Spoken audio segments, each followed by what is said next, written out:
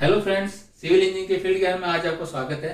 आज मैं आपको फाइनेंस मॉडुलस ऑफ एग्रीगेट के बारे में बताऊंगा। उससे पहले आपको ये बताऊंगा कि उसके लिए कौन कौन सी सीव यूज करते हैं। सीव एनालिसिस के लिए, ग्रेडेशन के लिए सीव नंबर कौन कौन से होते हैं, कोर्स एग्रीगेट, फाइन एग्रीगेट के कौन कौन से सीव यूज करते हैं, उस सीव के बारे में बताऊंगा। प्लस फाइनेंस मॉडुलस क्या होता है, इसको कैसे निकाला जाता है और इसका कहाँ का यूज आता है, ये मैं सारी डिटेल बताऊंगा। इस टॉपिक को मैंने 2 पार्ट में डिवाइड किया है, तो वो दोनों पार्ट आप जरूर देखें, तभी आपको ये पूरी डिटेल समझ में आएगी। अगर अभी तक आपने ये चैनल सब्सक्राइब नहीं किया है तो सब्सक्राइब कीजिए, पास में जो बेल आइकॉन है उसको प्रेस कीजिए, लाइक कीजिए, शेयर कीजिए।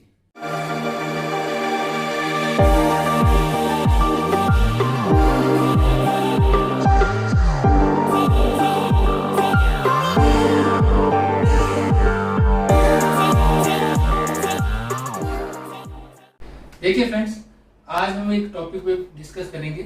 Discuss different types of sieve used for gradation, sieve analysis of coarse and fine aggregate.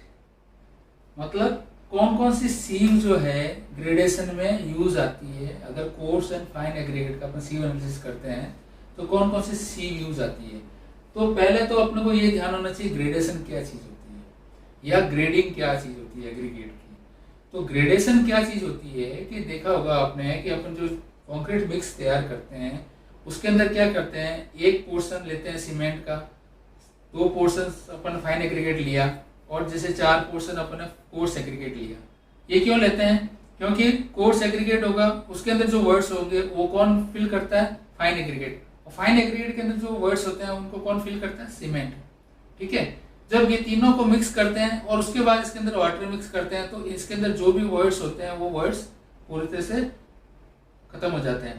तो इसीलिए अपने को ग्रेडेशन की जरूरत पड़ती है कि जब देखा होगा आपने कि ये जो भी एग्रीगेट होते हैं ये अपने को क्या होता है, एरिया वाइज अलग अलग नेचुरल होते हैं, अलग अलग साइज के मिलते हैं और अलग अलग इनकी कैरेक्टरिस्टिक होती है और अलग अलग इनके शेप होती है, साइज होती है। जैसे आपने मैं क्लासिफिकेशन में जैसे आपको बताया था कि किस टाइप के एग्रीगेट होते हैं। अब ये एग्रीगेट अपने को पर्टिकुलर डिजाइन के लिए या नॉमिनल मिक्स के लिए वो एग्रीगेट किस रेशियो में अपने को मिलाया जाए या कितना वो रेशियो होना चाहिए, उसके लिए अपने को ग्रेडिंग की जरूरत पड़ती है। तो ग्रेडिंग के लिए अपने को सबसे पहले ये जरूर ध्यान होना चाहिए कि उसके लिए ग्रेडिंग के करेंगे अपन तो कौन कौन सी सीव यूज करेंगे।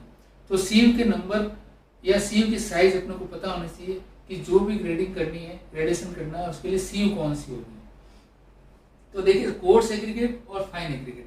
कोर्स एग्रीगेट में भी आपको जैसे ध्यान होना चाहिए कि अलग अलग वर्क के लिए अलग अलग एग्रीगेट्स यूज आते हैं।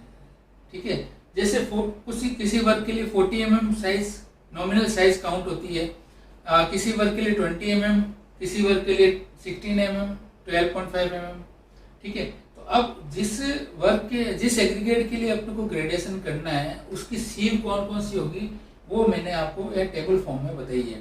तो जैसे 40 mm नॉमिनल साइज के अगर एग्रीगेट की आपको सीव एनालिसिस करना है या ग्रेडेशन करना है तो उसके लिए सीव कौन कौन सी यूज आएगी, वो आएगी 80 mm, 40 mm, 20 mm, 10 mm and 4.75 mm, जिसको कि अपन BIS 480 नंबर जो दिया हुआ है उसको। ठीक है, इसी तरह से 20 mm का अगर नॉमिनल साइज है एग्रीगेट की तो वहां पे 40 mm, 20 mm, 10 mm, 4.75 mm या जिसको अपन 480 नंबर्स जिसको सीव कहते हैं। और 16 mm की अगर है तो 20 mm, 16 mm, 10 mm and 4.75 mm या 480।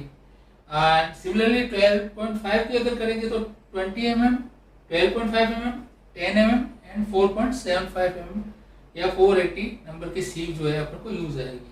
तो ये सीव आपको ध्यान होनी चाहिए सबसे पहले तो कि आपको जब अपन लैब में टेस्ट करेंगे तब मैं आपको इनके सीव के बारे में बताऊंगा कैसी सीव होती है और उनका कैसे टेस्ट किया जाता है। लेकिन सबसे पहले आपको ये ध्यान होना चाहिए कि सीव कौन कौन से नंबर की यूज आएगी उसके लिए। उसी तरह से फाइन एग्रीगेट है, तो फाइन एग्रीगेट का अगर आपको सीव एनालिसिस करना है या ग्रेडेशन करना है तो उसके लिए BIS नंबर 480, 240, 120, 60, 30 एंड 15 ये आपको सीव काम आएगी। जिसको जैसे 480 है इसको अपन अगर साइज के वाइज देखा जाए तो ये 4.75 mm सी होगी, ये 240 मतलब 2.36 mm सी होगी, 120 मतलब 1.18 mm सी होगी, 60 मतलब 600 माइक्रोन की सी होगी, 30 मतलब 300 माइक्रोन की सी होगी, और 15 मतलब होगी 150 माइक्रोन की सी होगी। ये इंडियन स्टैंडर्ड सी होती है। तो जब भी आप टेस्ट करेंगे, आपको बोल दिया जाए 40 mm का सी ये ग्रेडेशन करना है, तो आपको ये ध्यान होना चाहिए मुझे ये नंबर की सीव की रिक्वायरमेंट रहेगी। 20 mm के लिए है तो मुझे ये सीव की रिक्वायरमेंट रहेगी, और 16 mm के लिए है तो ये रहेगी। और ये आपको उस हिसाब से अपन लैब में इसका या फील्ड के अंदर इसका टेस्ट कर सकते हैं। अभी हम जिस टॉपिक पे बात कर रहे हैं वो है फाइनेस मॉडुलस ऑफ एग्रीगेट। ये फाइनेस मॉडुलस आपने पढ़ा होगा। फाइनेस मॉडुलस ऑफ एग्रीगेट क्या होता है, ये क्या पर्पस क्या है इसका, ये कैसे निकाला जाता है, वो सारी डिटेल आज अपन पढ़ेंगे। तो देखिए, फाइनेस मॉडुलस ऑफ एग्रीगेट, इसका पर्पस क्या है। कोई भी एग्रीगेट का ये टेस्ट किस लिए किया जाता है, वो उसके एक तो बेटर वर्केबिलिटी। कोई भी जब कंक्रीट को मिक्स करते हैं तो एग्रीगेट का जो फाइनेस मॉडुलस अगर अपने इस रेंज में होगा तो उसकी क्या होगी, वर्केबिलिटी अच्छी होगी, इजीली वर्केबल होगा, मतलब इजीली उसको मिक्स किया जा सकता है, इजीली उसको ट्रांसपोर्ट किया जा सकता है, इजीली पोर किया जा सकता है, और इजीली इसको कॉम्पैक्शन और वाइब्रेट करके और प्रॉपर कंक्रीट स्ट्रक्चर अपने को मिल सकता है।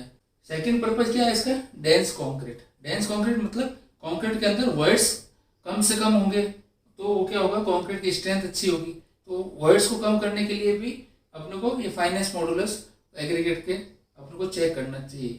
उसके बाद बेटर स्ट्रेंथ, जब अगर डेंस होगी कंक्रीट, नेचुरली बात अगर वॉइड्स नहीं होंगे तो स्ट्रेंथ भी अच्छी होगी कंक्रीट की, और स्ट्रेंथ अच्छी होगी तो स्ट्रक्चर की क्या लाइफ भी बढ़ेगी, तो लॉन्ग लाइफ ऑफ स्ट्रक्चर, तो उसकी स्ट्रक्चर की लाइफ भी बढ़ेगी। तो ये आपको पर्पस ध्यान होना चाहिए कि इसको किस पर्पस के लिए किया जाता है। तो कोई भी आप साइट पे एग्रीगेट आता है तो एग्रीगेट हर एरिया वाइज अलग अलग एग्रीगेट अवेलेबल होता है, क्योंकि वो नेचुरल अवेलेबल होता है या आर्टिफिशियल भी अगर रेडी होता है, तो उसको अपने को फाइनेस मॉडुलस उसका चेक करना जरूरी होता है। तो फाइनेस मॉडुलस चेक करने के लिए सबसे इम्पोर्टेंट जो एक है वो एक रेंज है, कि उसको आप जिस एग्रीगेट के लिए टेस्ट करना चाह रहे हैं उसकी रेंज किससे किससे बीच में होनी चाहिए, वो एक टेबल है।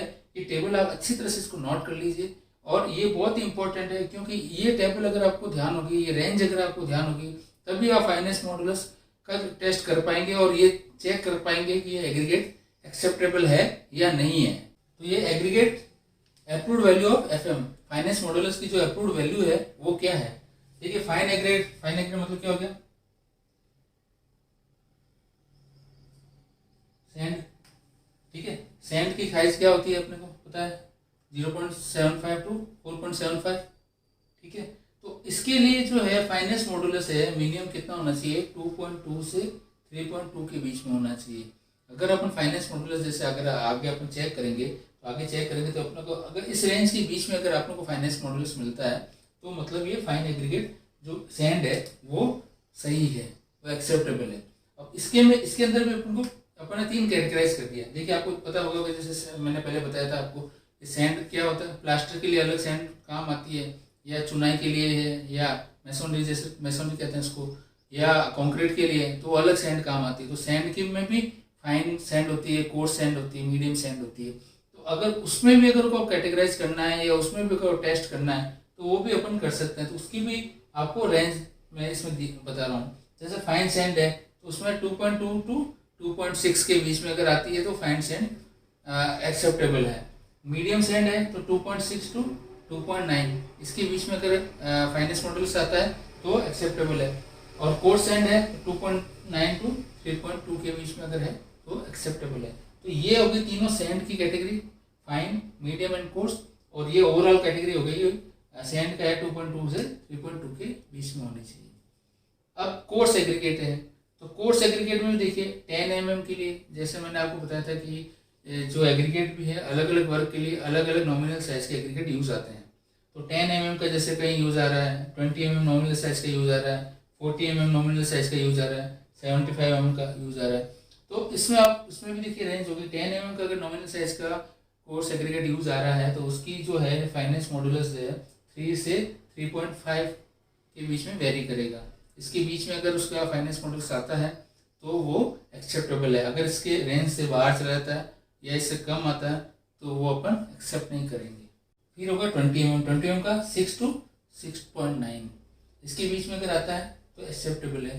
40 mm का 6.9 to 7.5 एंड 75 mm का 7.5 से 8 के बीच में अगर फाइनेंस मॉडुलस आता है तो ये एग्रीगेट एक्सेप्टेबल होगा, अदरवाइज वो रिजेक्ट हो जाएगा। इसी तरह से मिक्स एग्रीगेट है तो मिक्स एग्रीगेट में भी यही है, 20 mm का है तो 4.8 to 5.1, 25 mm का है तो 5.1 to 5.5, 32 mm का अगर है तो 5.2 to 5.7 के बीच में वेरी करेगा, और 32 का mm का हो गया 5.2 to 5.7, 40 mm का हो गया 5.4 to 5.9 के बीच में वेरी करेगा, और 75 mm का अगर है तो 5.8 to 6.8 के बीच में वेरी करेगा। तो आपको ये टेबल अच्छी तरह से याद होनी चाहिए और इसको आपको अच्छी तरह से नोट करके रख लीजिए। जब भी फाइनेंस मॉडुलस निकालेंगे अपन चेक करेंगे तो आपको ये रेंज पता होनी चाहिए। इस रेंज के अगर बीच में आता है तो वो एग्रीगेट एक्सेप्टेबल होगा। कोई भी काम हो, चाहे नॉमिनल मिक्स डिजाइन करनी हो या डिजाइन मिक्स हो, कोई भी हो, उसके अंदर आपको एग्रीगेट चेक करना हो, एक छोटा स्ट्रक्चर बनाना हो या मास कंक्रीट का काम हो, ये आपको फाइनेंस मॉडुलस निकालना चाहिए।